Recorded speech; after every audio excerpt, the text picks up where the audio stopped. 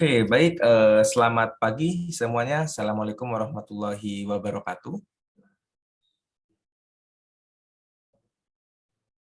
Apakah suara saya terdengar dengan jelas?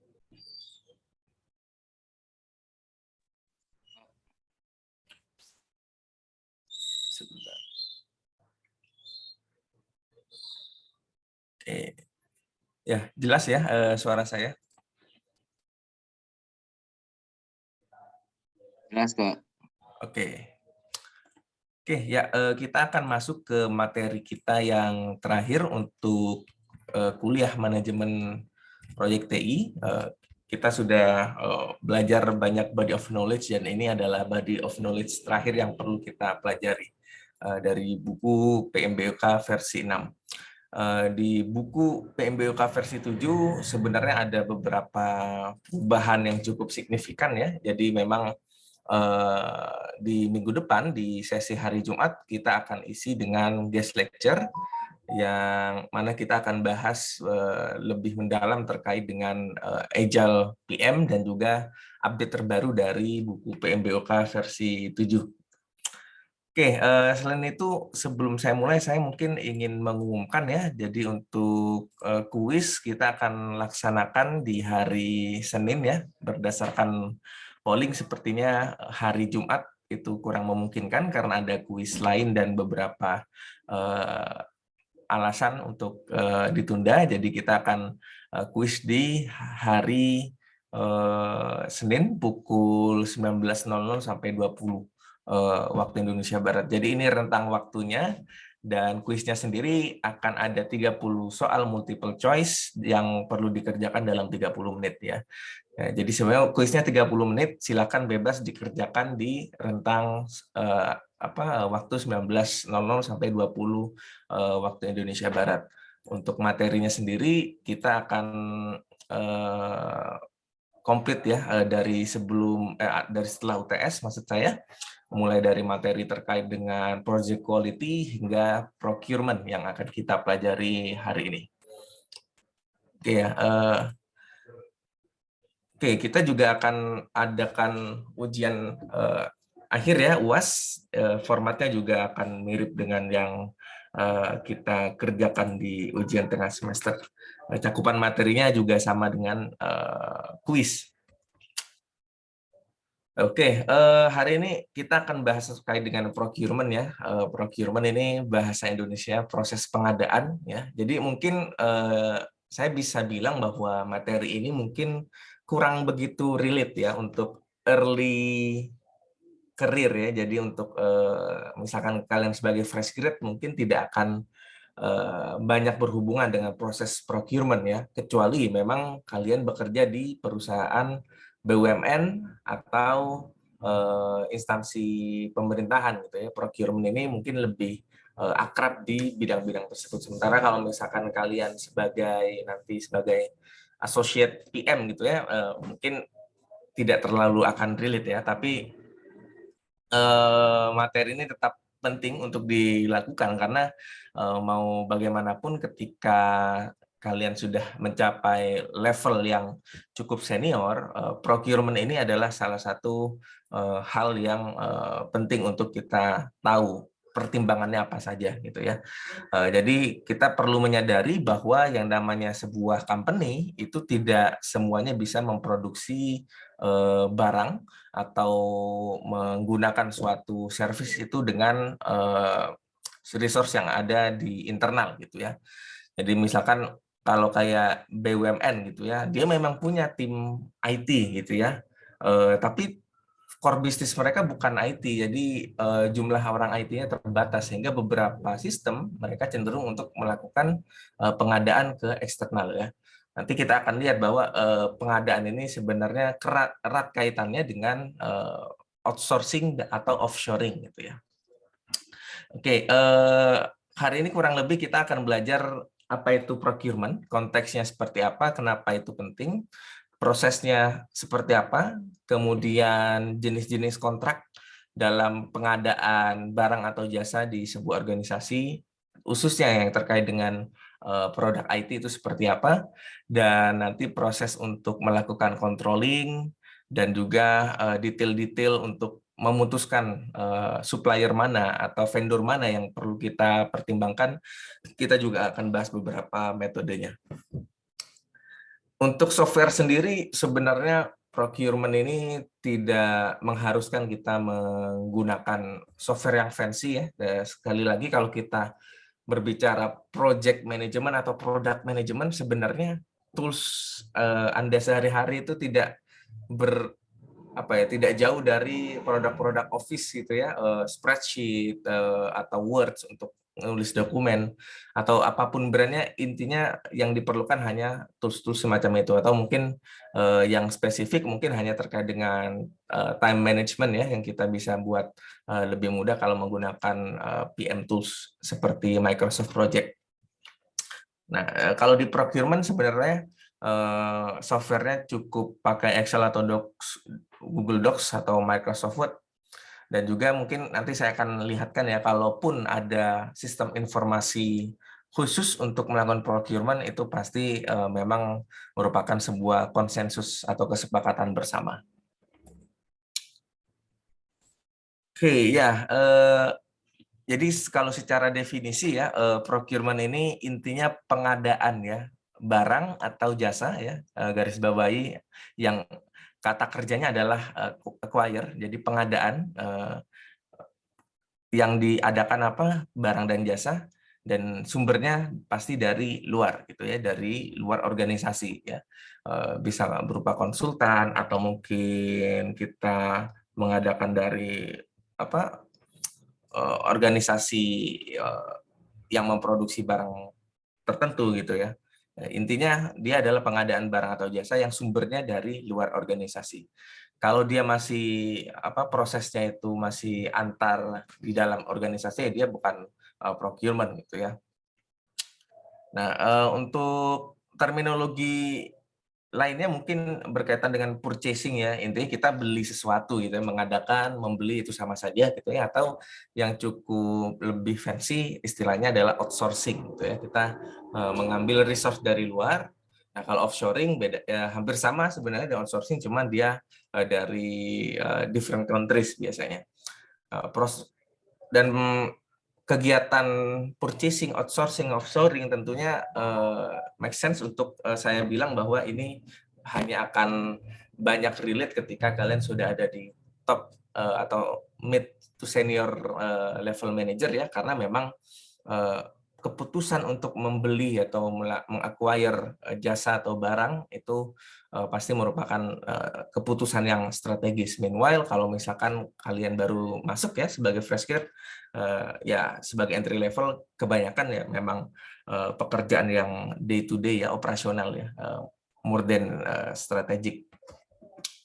Ya, dan ini beberapa data ya, di luar banyak sekali praktiknya. Walaupun memang ada perdebatan ya, kira-kira perusahaan itu perlu nggak sih kita lakukan outsourcing atau offshoring gitu ya, untuk dalam hal ini membantu negara sendiri ya, tapi ini bukan bahasan kita gitu ya. Nah, sebenarnya keputusan kita untuk melakukan outsourcing atau offshoring itu jawabannya tidak absolut, jadi kita harus kembalikan lagi ke kebutuhan dari company kita. Apa yang kita butuhkan, dan kira-kira vendor mana yang kira-kira cocok ya untuk memenuhi kebutuhan kita. Nah, jadi itu jawabannya tetap tergantung gitu ya. Dan memang kalau kita bicara konteks Indonesia, praktik outsourcing atau offshoring itu merupakan praktik yang cukup umum dilakukan.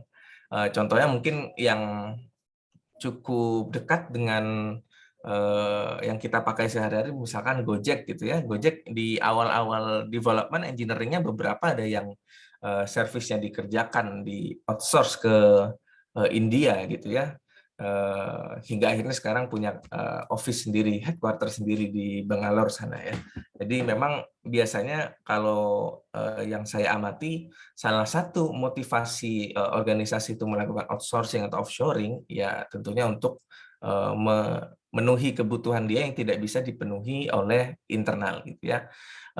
Gojek dulu ketika kalau nggak salah 2016 gitu ya, dia masih tahap yang hyper growth gitu ya, yang growth-nya masih sangat sangat gila dan sangat suka bakar duit gitu ya, promonya masih banyak, traffic-nya itu skill-nya sangat cepat sekali bertambahnya.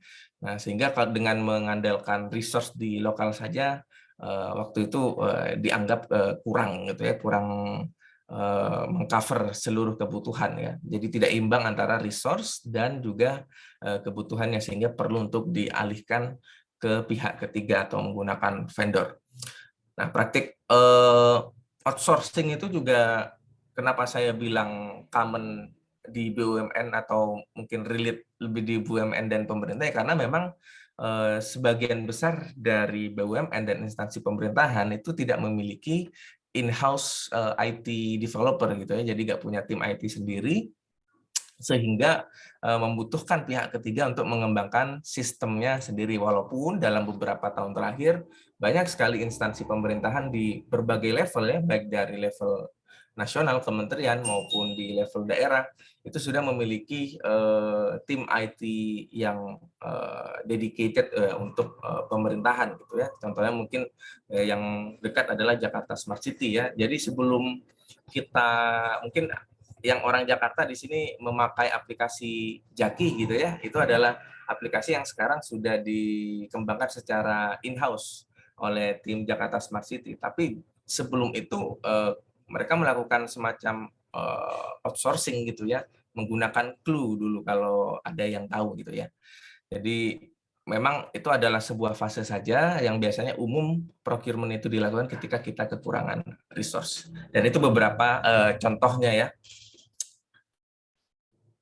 Ya, dan kalau kita di sini mostly adalah data di Amerika ya, memang kalau kita bicara company di US, outsourcing itu merupakan hal yang lebih common lagi. Motivasinya selain kekurangan resource adalah outsourcing itu atau melakukan procurement dan melimpahkan pekerjaan ke pihak ketiga, itu adalah pertimbangan ekonomis. Dalam artian kalau misalkan kita kantornya di US, kemudian kita menggunakan tarif India misalkan, tentunya itu akan menghemat sekali development cost-nya untuk si company yang ada di US tersebut. Nah, ya tentunya yang ditransfer itu bisa banyak ya, bisa mulai dari pengerjaan aplikasi, infrastruktur, kemudian maintenance, apapun gitu ya. Dan itu adalah salah satu hal yang memang cukup common kita lihat ya. Nah, itulah kenapa ya kalau misalkan kita lihat ya, China sekarang cukup ini cukup mulai advance di bidang produksi teknologi karena China dulunya merupakan salah satu tempat untuk melakukan outsourcing ya dari perusahaan-perusahaan di luar China untuk memproduksi teknologinya, dan bagusnya adalah mereka dapat belajar dan akhirnya memproduksi sendiri. Ya. Nah, tentunya memang perdebatan terkait dengan outsourcing dan offshoring mungkin cukup kompleks di dalam perspektif apakah uangnya itu berputar di negara tersebut atau tidak ya. Tapi yaitu tergantung dari values yang dimiliki oleh masing-masing organisasi gitu ya. Mungkin kalau misalkan sebuah organisasi itu cenderung lebih nasionalis gitu ya, mungkin akan outsourcing ke vendor lokal saja instead of memberikan pekerjaan ke pekerja di luar negaranya. Tapi itu bukan hal yang mungkin perlu kita kita perlu risaukan untuk tahap entry level gitu ya. Karena untuk kebijakan publik yang lebih kompleks tersebut tentu pasti ada ilmunya sendiri. Nah, kalau kita bicara motivasi, tadi sudah saya sebutkan ya, bahwa perusahaan itu melakukan outsourcing ada beberapa motivasi. Pertama, dari segi ekonomi, seperti yang umum dilakukan oleh perusahaan di US ya. Kemudian karena to access skills and technologies ya. Kadang kita juga perlu, misalkan kita di Indonesia gitu ya, kita punya visi untuk mengembangkan startup blockchain misalkan. Nah, sementara di Indonesia sendiri talentnya itu masih tidak ada gitu ya. Nah, itu bisa menjadi opsi untuk melakukan offshoring atau outsourcing gitu ya. Jadi untuk mengakses skills dan teknologi. Nah, selain itu, kalau kita di konteks sektor publik ya, atau juga BUMN, procurement atau pengadaan barang atau jasa itu juga menjadi salah satu opsi untuk membuat perusahaan tersebut atau organisasi tersebut fokus pada core bisnisnya ya. Jadi misalkan misalkan pemerintahan gitu ya. Core bisnis dari pemerintahan adalah bukan mendevelop sebuah sistem informasi ya, tapi untuk melayani publik gitu ya. Jadi kalau dia ingin lebih fokus pada pelayanan publik ya ada baiknya jika untuk pengelolaan dan pengadaan teknologi informasi itu di pihak ketiga kan, atau kalau memang sudah SDM-nya memungkinkan dibuat tim khusus untuk memfasilitasi kebutuhan tersebut ya. Jadi untuk memastikan organisasi fokus ke core bisnisnya. Kemudian memberikan flexibility juga ya. Jadi kita fleksibel, kita bisa dapat resource dari mana saja, kapan saja gitu ya. Kita bisa lakukan outsourcing gitu ya. Dan juga meningkatkan akuntabilitas ya. Jadi di dalam proses outsourcing itu ada kontrak yang mengikat gitu ya, sehingga kita bisa mengkontrol juga melalui kontrak tersebut terkait aspek kualitas dan juga aspek-aspek lain yang berkaitan dengan terpenuhinya sebuah pengadaan. Nah, di dalam proses procurement atau pengadaan itu pasti kita melibatkan yang namanya kontrak ya. Jadi sebuah persetujuan dua arah gitu ya. Jadi antara kita sebagai buyer ya, dan juga si pihak ketiga atau vendor sebagai sellernya gitu ya.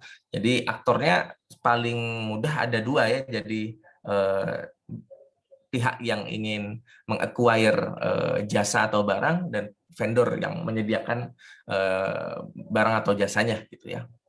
Dan kontrak ini fungsinya untuk mengklirkan kira-kira tanggung jawabnya apa, kemudian fokusnya di mana, skop pekerjaannya itu seperti apa, dan juga skenario-skenario dalam proses pengerjaannya. Misalkan kalau misalkan ada fraud atau ada sesuatu yang kualitasnya kurang memenuhi, itu seperti apa penanganannya, itu juga perlu dimasukkan di dalam kontrak.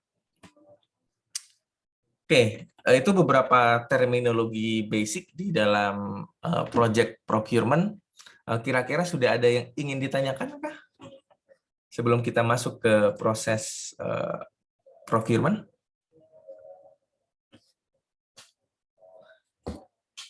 Ya, oke, kita coba lanjutkan dulu ya. Nanti kalau ada pertanyaan silakan raise hand saja.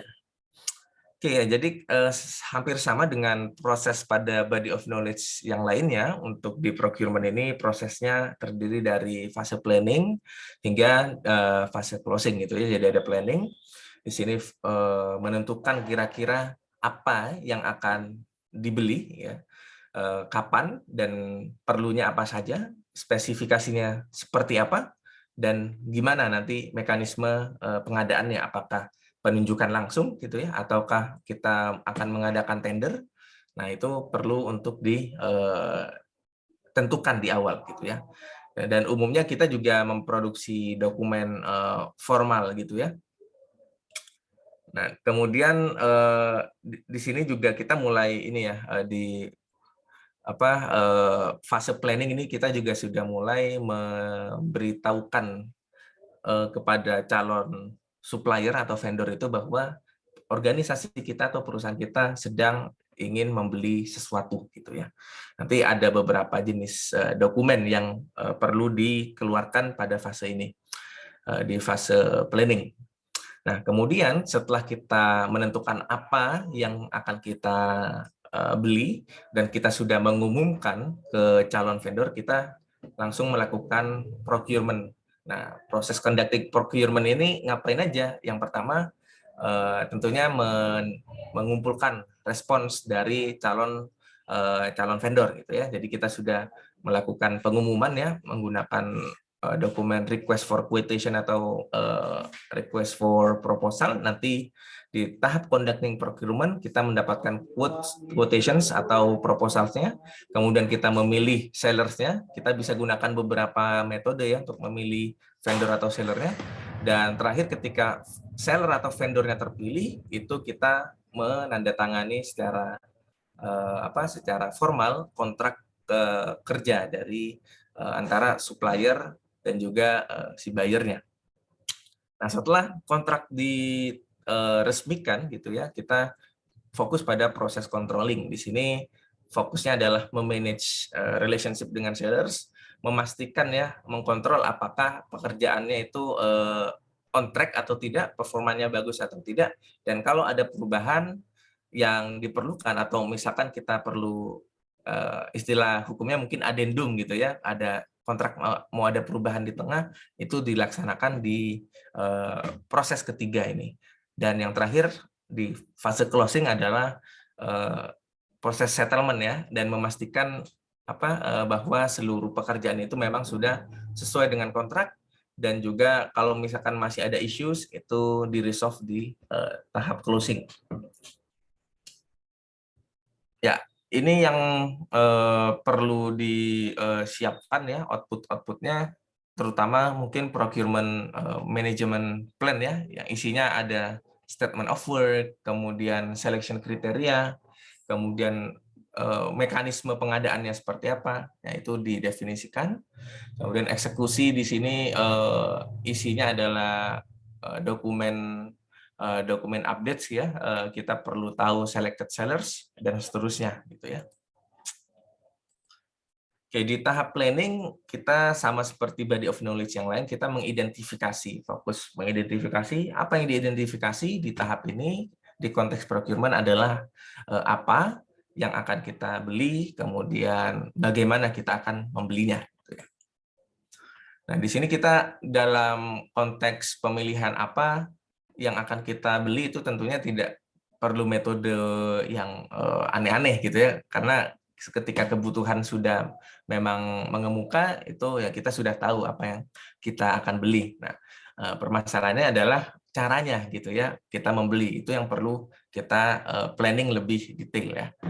Nah, cara ini juga berkaitan dengan tipe kontraknya ya. Jadi untuk melakukan pengadaan kita perlu menetapkan untuk proses pembiayaannya itu seperti apa mekanismenya. Nah, di sini setidaknya ada 3 jenis ya, ada fixed price. Ya, jadi kita sudah menentukan di awal bahwa kita punya budget sekian gitu ya, dan nanti di kontraknya kita akan bayar dengan dengan nominal tersebut gitu ya, dengan nominal yang fix di awal gitu ya. Di awal mau dia akan over budget atau dia under budget gitu ya, dia tidak akan ada perubahan terhadap price yang dibayarkan gitu ya, itu fixed price. Kemudian ada mekanisme reimburse gitu ya, ini mungkin sudah cukup common ya untuk mereka yang sering berorganisasi. Reimbursement itu adalah tipe kontrak yang juga common ada di dalam kontrak pengadaan barang atau jasa. Ya, jadi di sini nanti juga akan kita lihat ada beberapa jenis reimbursement, perhitungan reimbursement itu ada perhitungannya gitu ya. Nah, ada juga yang menggunakan gabungan keduanya atau time and material contracts ya. Biasanya ini dilakukan untuk jasa konsultan gitu ya. Jadi konsultan mungkin untuk biaya jasanya itu fixed price.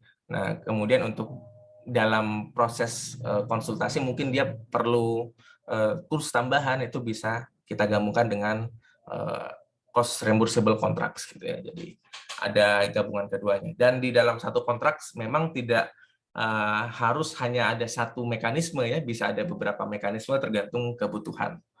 Nah, di sini ada terminologi juga yang namanya unit price. Ya, ini adalah harga per satuan ya, harga satuan dari barang atau jasa yang kita ingin beli. Ya.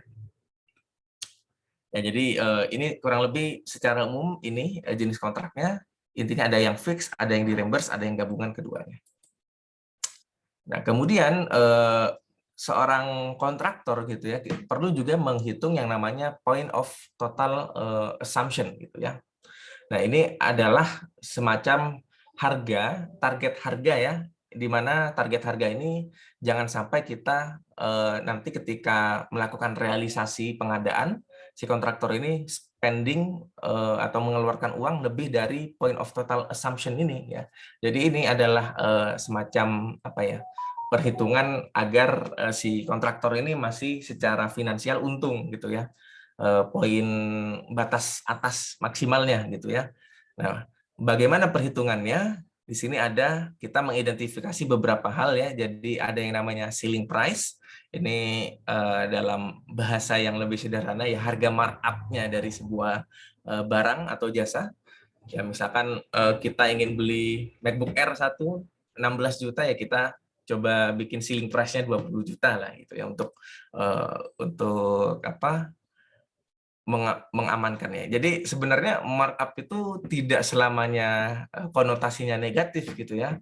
Jadi yang namanya markup ini juga sebagai apa antisipasi agar si procurement ini kalau misalkan ada kenaikan harga tiba-tiba itu kita tidak terlalu kerepotan gitu ya. Karena kan tekor juga si kontraktornya kalau harus nombokin banyak gitu ya. Nah, cuman memang ceiling price-nya ini biasanya di ini sih, kalau di pemerintahan itu sudah ada memang batas atas dari sebuah barang, itu memang sudah ada regulasinya di ceiling price. Nah, kemudian adalah dikurangi dengan target price. Jadi target price ini bisa berupa nilai sesungguhnya dari barang atau jasa yang akan kita purchase ya sebagai kontraktor. Nah, bedanya apa dengan target cost ya? Kalau target cost ini murni barangnya aja gitu ya. Jadi misalkan tadi konteksnya mau beli MacBook Air, pengadaan MacBook Air 1 gitu ya.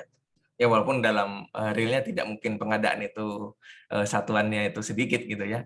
Jadi itu sebagai contoh saja ya. Misalkan MacBook Air harga markup-nya itu 20 juta, kemudian harga apa? Harga targetnya, harga realnya itu 16 juta lah katakanlah. Nah, target price ini perbedaannya adalah kalau target cost murni harganya, kalau target price ini bisa kita tambahkan dengan fee yang nanti disediakan ya oleh si buyer-nya gitu ya. Bisa dari government atau buyer. Ini semacam insentifnya ya. Ini nanti ada beberapa jenis perhitungan insentif yang bisa kita adopsi. Kemudian kita perlu mengidentifikasi government atau buyer share gitu ya. Nah, di sini adalah semacam perjanjian ya, misalkan nanti ada kelebihan uang ataupun kekurangan uang dalam melakukan proses procurement, kira-kira sharing risikonya ini berapa persen gitu ya.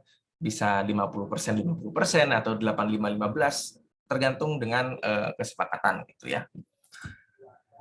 Ya, jadi ini contoh perhitungan dari point of total assumption ya. Jadi misalkan kita ingin beli barang ya, barang itu expected cost-nya atau harga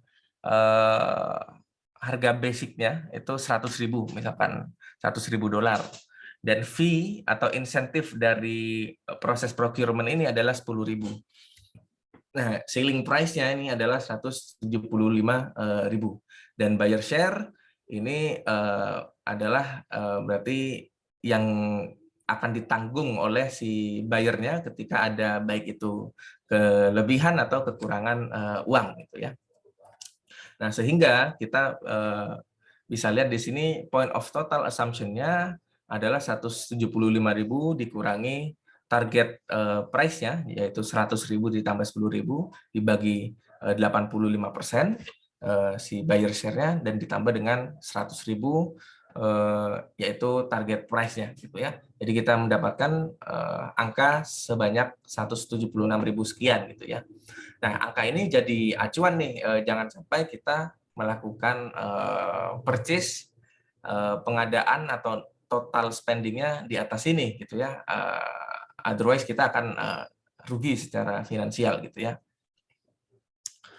Ya, ini adalah beberapa skenario ya, misalkan cost-nya ini sekian, actual cost-nya 100.000 ini, kemudian nanti akan berapa yang didapatkan seller dan seterusnya gitu ya. Kalau misalkan lebih besar dari point of total assumption, ya nanti akan terlihat juga perhitungannya seperti apa gitu ya. Oke, ya.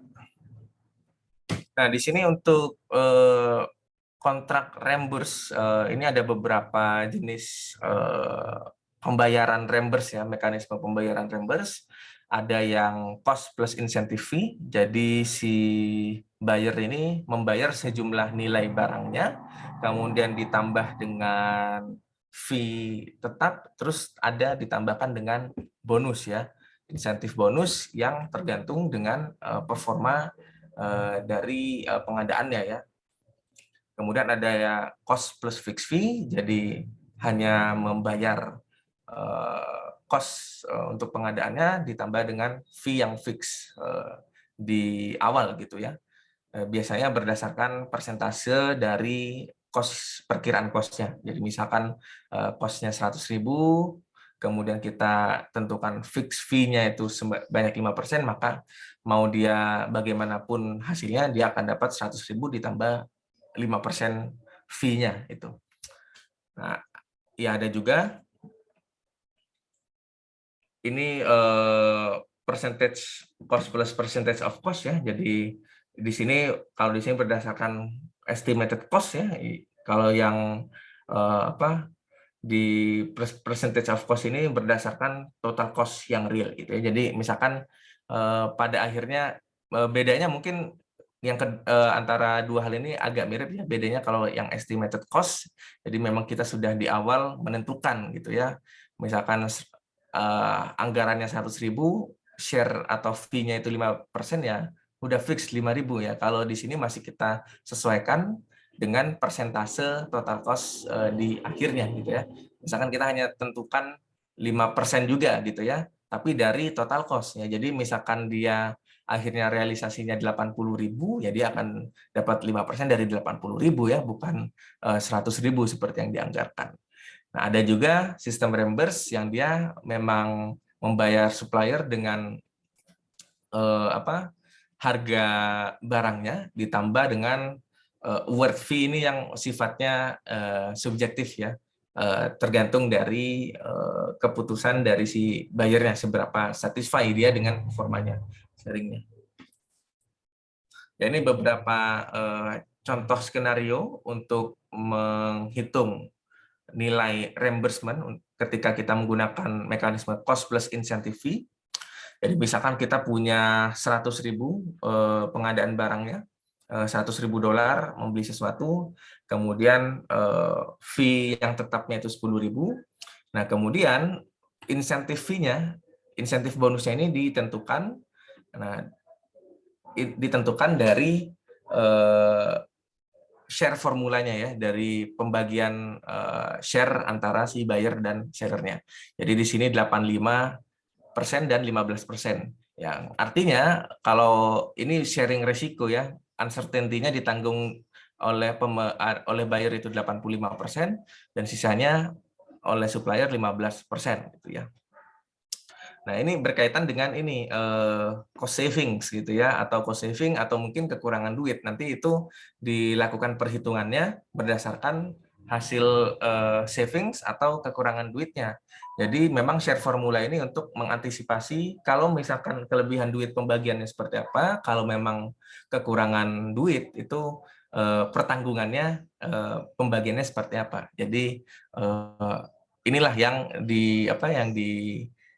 maksudkan dari insentif fee. Jadi bisa saja kita mendapat lebih dari fee 10.000 kalau misalkan ada kelebihan, atau bisa kurang kalau misalkan dia over budget gitu ya. Ya, jadi gimana skenario-nya kalau yang ini? Jadi misalkan final price-nya 80.000, sementara yang dianggarkan itu 100.000, berarti ada kelebihan uang sebanyak 20.000. Ya, jadi yang diterima oleh si supplier dalam hal ini adalah sebanyak 80.000, hasil dia memang beli realisasinya 80.000, ditambah dengan fee yang fix di awal 10.000 ya, jadi 90.000, dan ditambah lagi dengan hasil pembagian government share dan buyer share ya 15% ya, berdasarkan cost savings ini ya. Jadi totalnya adalah 80.000 ditambah 10.000 ditambah dengan 15% dikali dengan 20.000, yaitu 3.000 gitu ya. Sehingga totalnya adalah 80 tambah 10 tambah 3, yaitu 93.000 gitu ya. Ya, semoga dapat diikuti ya sejauh ini ya. Jadi intinya di sini share formula ini untuk melakukan sharing risiko atau uncertainty, kelebihan atau kekurangan uang ya yang dihasilkan gitu ya. Nah, sehingga di sini dapat hasil yang mungkin lebih fair gitu ya. Nanti kita akan lihat perbandingan kira-kira untuk dari perspektif buyer itu paling low risk itu yang apa, kalau yang perspektif seller itu yang apa gitu ya. Nah, kalau cost plus fixed fee ini cukup straightforward gitu ya. Nah, jadi kalau misalkan kita punya pengadaan gitu ya 100.000, fixed fee-nya 10.000 ya. Mau dia akan realisasinya 120.000, mau dia 80.000, fee-nya yang diterima itu atau imbal jasa yang diterima itu tetap 10.000 gitu ya. Nah, berbeda kalau misalkan kita di ini ya cost plus percentage of cost, yang kita lihat dulu realisasinya berapa, nanti baru fee-nya itu diambil berapa persen dari realisasinya gitu ya. Kalau award fee tidak ada perhitungannya ya, karena subjektif, bisa saja ditentukan oleh buyer sesuai dengan preferensinya gitu ya. Nah, kira-kira tipe kontrak mana nih kalau kita sistemnya pengadaan di suatu perusahaan, kira-kira sebagai buyer enakan pilih yang mana gitu ya. Jadi kalau kita lihat di diagram ini, kalau dari perspektif si buyer, nah yang paling high risk, yang paling low risk dulu deh, ini adalah fixed price gitu ya. Karena apa ya? Karena dia sudah tentukan di awal gitu ya, tentukan di awal. Jadi mau dia nanti ada penambahan nilai, kemudian harganya jadi sangat tinggi, dia tetap akan bayar sesuai dengan yang ditentukan di awal. Jadi uncertainty-nya bisa dibilang sangat minimal kalau kita menggunakan fixed price gitu ya, dari perspektif buyer. Nah, tapi sebaliknya dari perspektif seller, ini adalah gambling yang luar biasa gitu ya. Jadi kita kan tidak tahu kira-kira di market itu fluktuasi harga seperti apa, sehingga di sini uncertainty-nya, nah itu akan sangat tinggi untuk perspektif seller ya atau si supplier.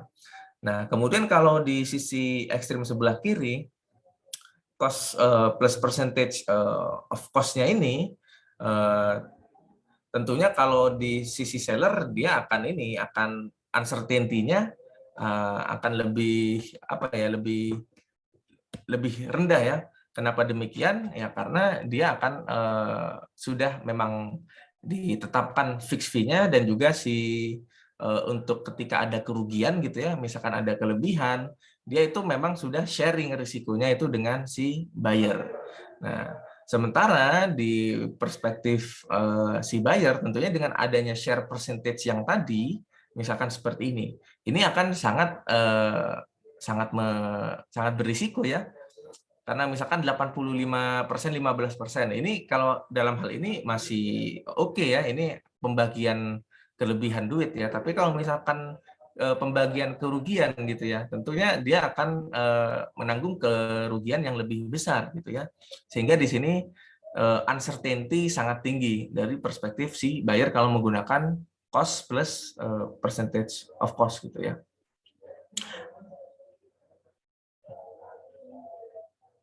Oke, kemudian clause. Ini adalah beberapa klausa-klausa atau ketentuan yang perlu didefinisikan di dalam sebuah kontrak.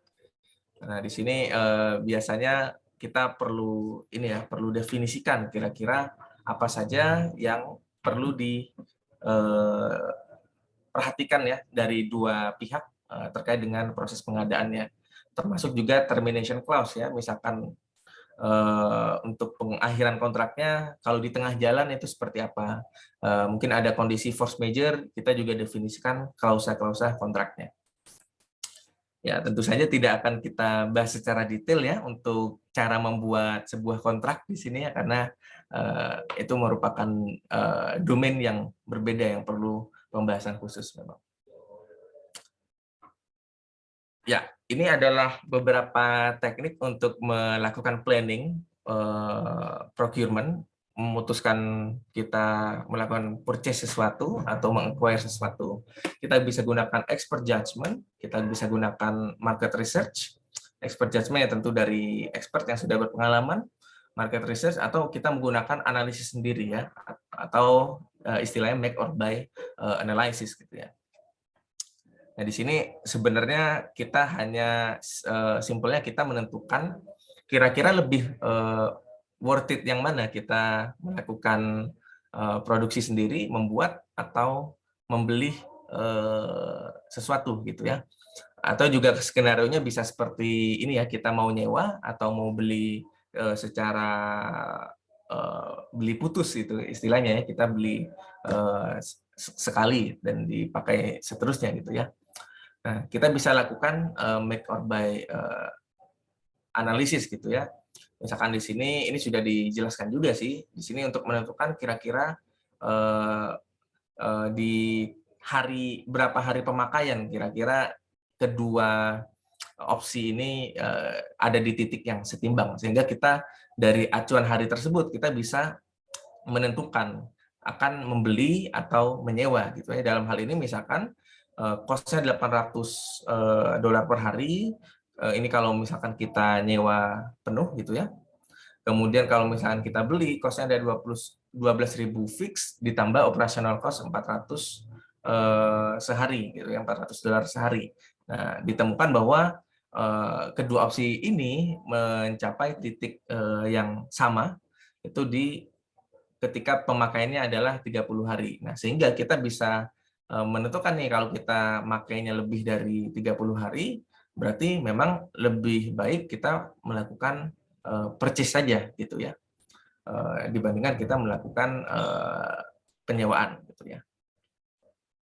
Jadi skenario perhitungannya bisa lebih variatif dari ini ya. Intinya di sini konsepnya adalah membandingkan kedua opsi, dan biasanya kita ukur berdasarkan satuan waktu, kira-kira dalam waktu yang kita butuhkan itu cost-nya itu lebih banyak yang mana di antara kedua keputusan tersebut. Oke, kemudian di sini kita pasti di tahap planning melakukan procurement management plan, yang membuat plan procurement ya. Isinya berupa statement apa ya?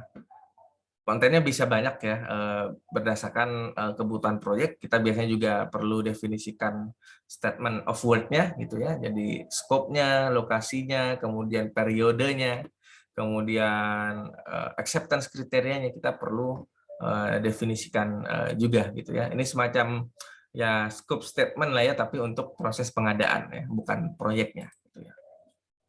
Nah, dan ini kalau beberapa dokumen, beberapa isi dari RFP ya. Jadi saya singgung tadi, sebelum kita mendapatkan calon supplier, kita memberikan beberapa dokumen ya, diantaranya request for proposal ya. Jadi kita meminta beberapa calon supplier itu untuk memberikan proposalnya gitu ya, memberikan kira-kira apa yang bisa mereka provide ya secara umum gitu ya.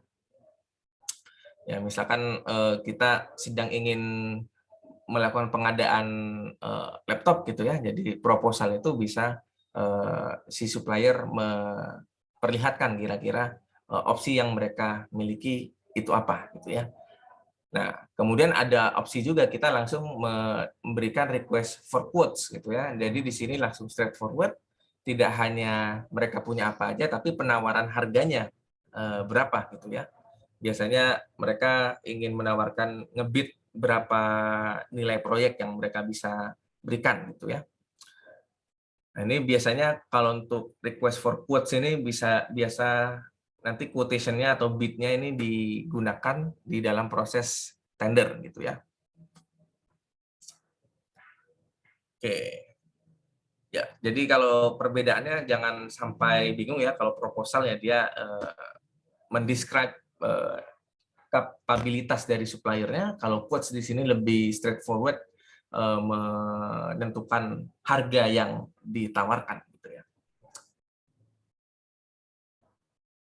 Nah, setelah kita melakukan pemberian atau mengumumkan bahwa organisasi kita memerlukan barang atau jasa, kita perlu untuk memilih vendor ya sebagai hasil dari respons RFP atau RFQ gitu ya. Dan memang kita tidak bisa hanya langsung memutuskan dari proposal saja ya, kadang kita juga perlu pertimbangan lebih lanjut gitu ya dari apa yang mereka tawarkan. Nah, caranya bisa banyak gitu ya. Nanti kita akan lihat di sini di proses conducting procurement ya.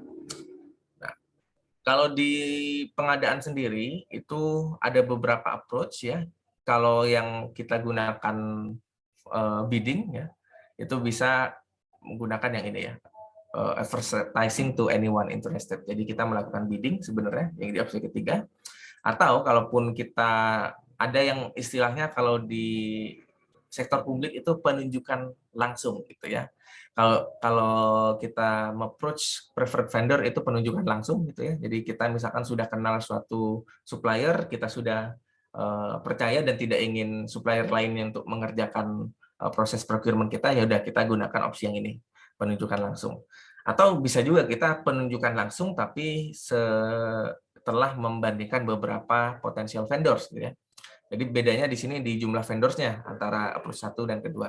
Dan yang ketiga ini adalah proses lelang gitu ya. Jadi semua secara terbuka bisa memberikan memberikan bid-nya, kira-kira harganya, spesifikasi yang mereka tawarkan seperti apa. Nah, kemudian nanti di sesi bidding tersebut bisa ditentukan kira-kira supplier mana yang memenangkan lelang atau tender tersebut. Kita bisa gunakan weighted scoring model seperti ini ya untuk menentukan kira-kira vendor atau proposal mana yang akan kita pilih untuk ditawarkan kontrak resmi. Jadi proposal evaluation sheet ini ya bagian dari implementasi teknik weighted scoring model maksud saya. Jadi kita tentukan kriterianya, kemudian bobotnya, dan kita nilai satu persatu masing-masing proposal sehingga nanti nilai tertinggi bisa kita pertimbangkan untuk pilih sebagai supplier.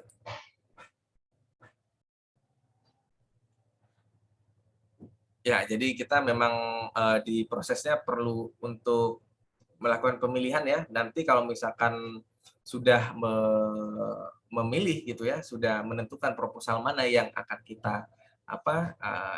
kita official kan kontraknya, mereka perlu menyediakan yang namanya best and final offer atau BAFO gitu ya. Dan akhirnya ketika offer akhirnya ini sama-sama disepakati ya prosesnya dilanjutkan dengan penandatangan kontrak antara si buyer dan si supplier atau vendor yang terpilih.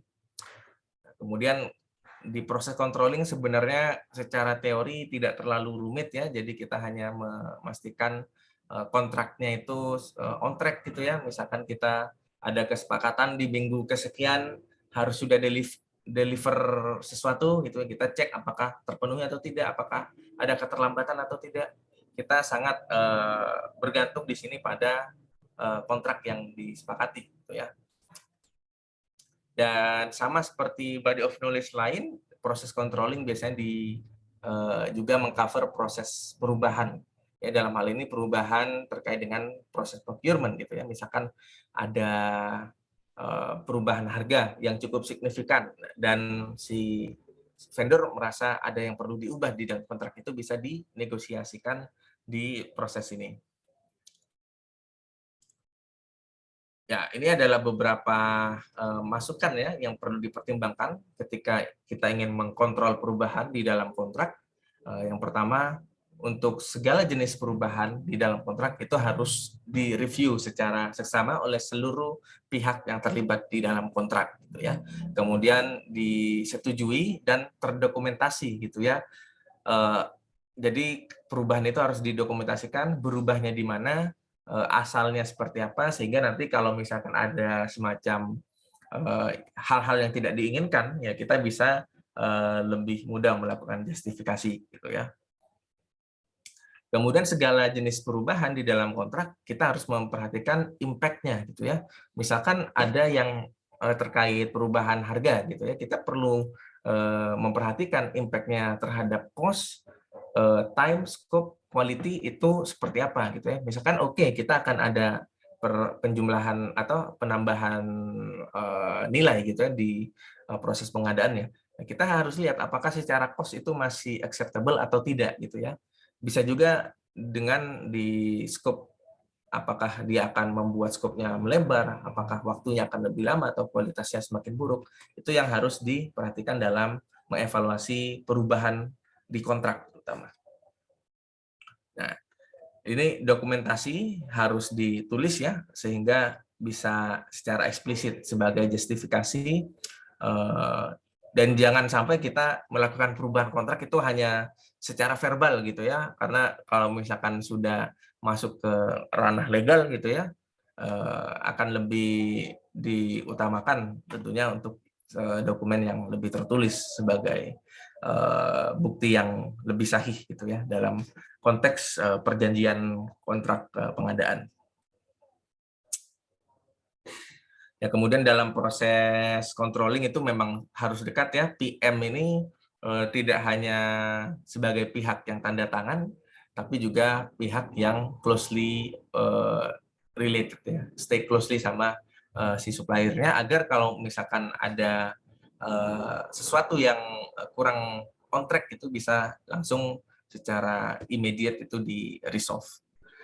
Kemudian perlu disiapkan backup plans, misalkan dari kontrak tersebut ada yang gagal, proses pengadaannya ada yang gagal, itu sudah harus ada backup plans-nya. Dan tentunya kita akan sangat terbantu kalau misalkan kita punya tools untuk melakukan kontrol sistem, gitu ya. Jadi fokusnya untuk melakukan review dan mendokumentasikan setiap perubahan. Dan di tahap closing, di sini diharapkan ya project team ini sudah dapat mengkonfirmasi bahwa proses pengadaan itu sudah sesuai, seluruh deliverable yang dibutuhkan dalam proses procurement tersebut itu sudah benar dan memuaskan. Nah, kemudian perlu juga untuk mengupdate informasi di dokumen-dokumen terkait jika diperlukan, dan juga yang tidak kalah penting adalah mengarsipkan segala jenis dokumen atau artefak-artefak yang dilibatkan dalam proses procurement untuk pembelajaran di masa mendatang. Dan kalau misalkan ada isu yang tersisa itu harus di-resolve di tahap closing, nah, sehingga pada akhirnya kontraknya itu bisa dikatakan selesai, gitu ya, sudah proyeknya atau pengadaannya itu secara formal sudah diterima dan ditutup. Ya, jadi untuk tools-nya sebenarnya tidak terlalu harus yang fancy atau seperti apa, gitu ya. Kita hanya perlu buat processing paling banyak untuk menulis proposal dan kontrak, spreadsheet untuk melakukan analisis, gitu ya, database untuk melakukan tracking suppliers. Dalam artian kita akan lebih dimudahkan dalam melakukan procurement jika kita merecord seluruh suppliers yang terlibat, sehingga di masa depan ketika kita ingin melakukan pengadaan kita sudah tahu kira-kira siapa yang bisa kita tunjuk langsung ya. Walaupun kalau kita lihat dalam konteks sektor publik ya, ini mungkin informasi tambahan saja, memang ada regulasi tertentu terkait dengan metode procurement, gitu ya. Jadi saya lupa nominalnya berapa. Jadi ada nominal tertentu yang mana jika di atas itu harus dalam mekanisme lelang gitu ya, atau tender. Nah, kalau di bawah itu baru bisa penunjukan langsung ya. Nah, kemudian e-procurement software ini akan sebenarnya cukup bisa membantu juga ya. Kalau contohnya mungkin saya kalau bisa contohkan apa ya, LPSE apa ya, yang untuk ya. Jadi kalau di pemerintahan proses procurement-nya itu memang sudah tersentralisasi gitu ya di sistem yang namanya LPSE ya. Saya lupa sih LPSE ini apa ya. Pengadaan intinya untuk lembaga pengadaan gitulah ya. Di sini sudah bisa secara langsung kita lihat apa saja yang perlu diadakan ya. Nanti juga kita harusnya bisa lihat secara detail ya, kira-kira requirement-nya apa saja, kemudian ekspektasi deliverable-nya apa saja, kemudian siapa saja yang sudah terlibat, sumber dananya berapa, nilai proyeknya itu, atau nilai pengadaannya ya, sorry, bukan nilai proyek, nilai pengadaannya itu berapa. Ini salah satu contoh e-procurement software ya, yang mana tentunya ini umum dan wajib sih kalau saya tidak salah ya, wajib digunakan oleh seluruh pihak yang melakukan pengadaan di instansi pemerintahan, terutama untuk pengadaan yang sumber dananya dari APBN ya. Oke, itu contoh.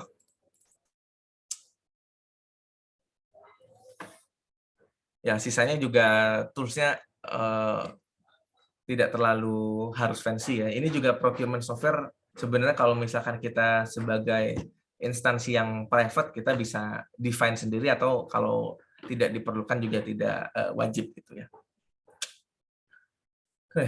Oke, kita sudah mempelajari project procurement secara umum, prosesnya seperti apa dan beberapa tipe kontrak di dalam proses procurement. Ya. Oke, sampai sejauh ini apakah ada yang ingin ditanyakan? Ya, saya akui memang materi ini agak sulit, mungkin masih meraba-raba ya kalian yang ada di sini.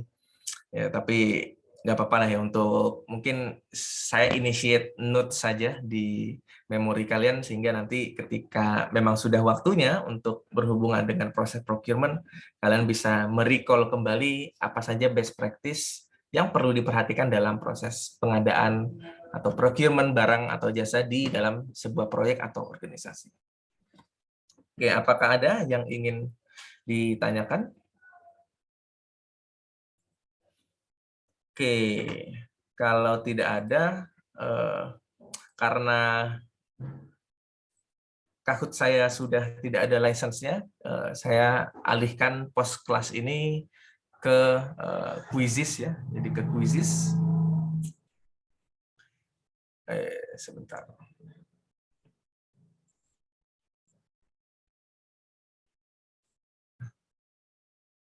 Nggak tahu ini, semoga bisa berjalan dengan baik ya.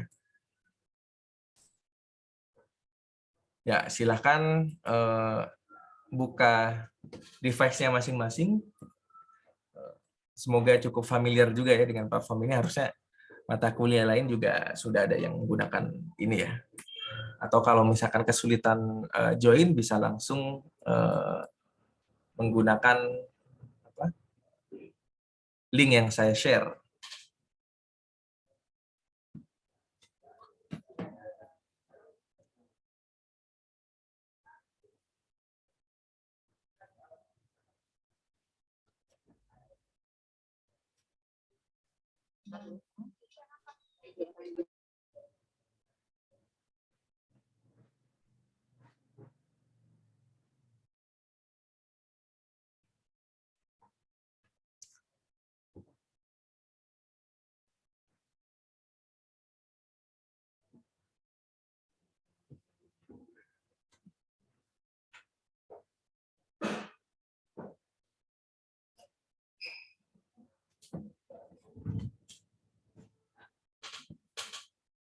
Oke, hari ini ada 84.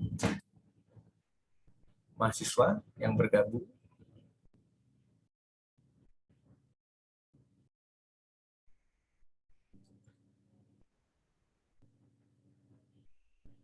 Yang kesulitan bergabung bisa menggunakan link yang saya share di chat ya.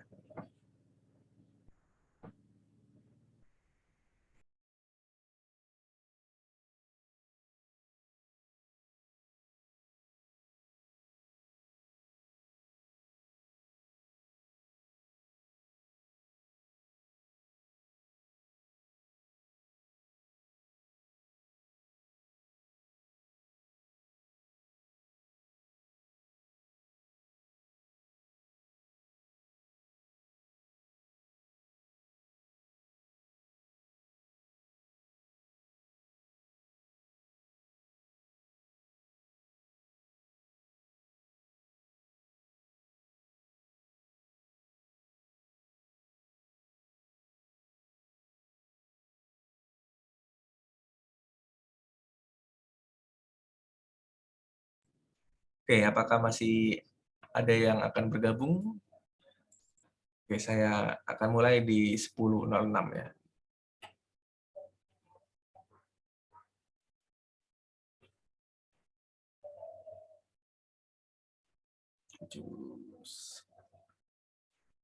Well, oke, saya akan coba mulai.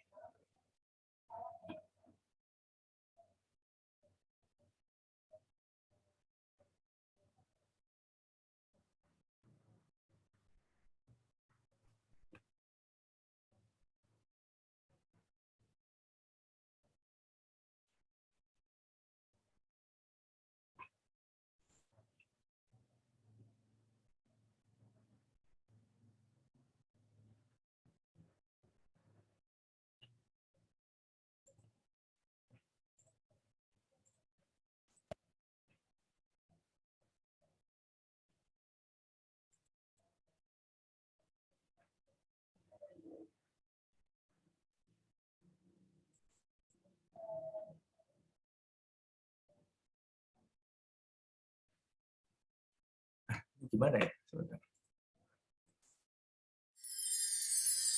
Ya, oke.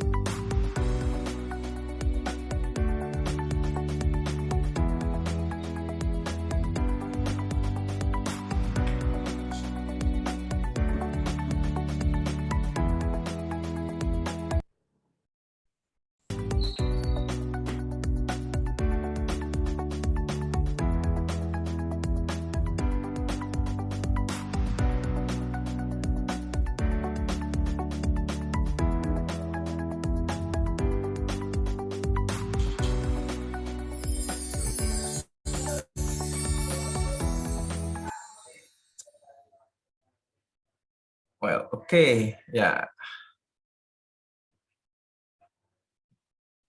Oke, ini sudah semua ya untuk kuis hari ini.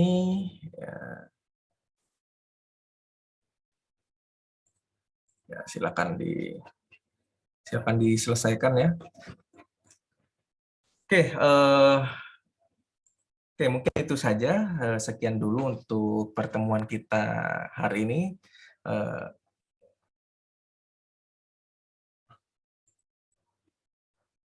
Oke, ya. Jadi saya cukupkan dulu.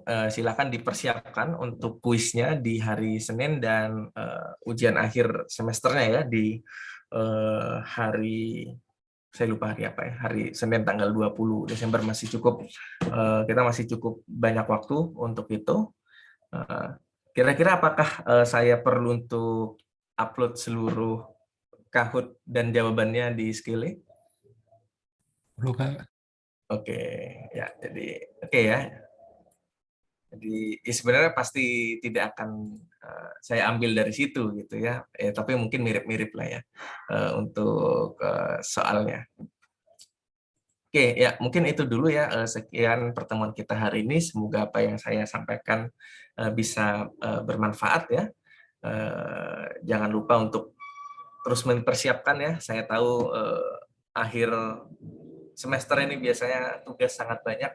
Semoga kalian tetap diberikan kekuatan untuk menyelesaikan semester ini dengan hasil yang sebaik-baiknya. Oke, saya cukupkan dulu ya. Terima kasih. Sekali lagi, selamat siang. Assalamualaikum warahmatullahi wabarakatuh. Waalaikumsalam. Terima kasih banyak, Kak. Terima kasih, Kak.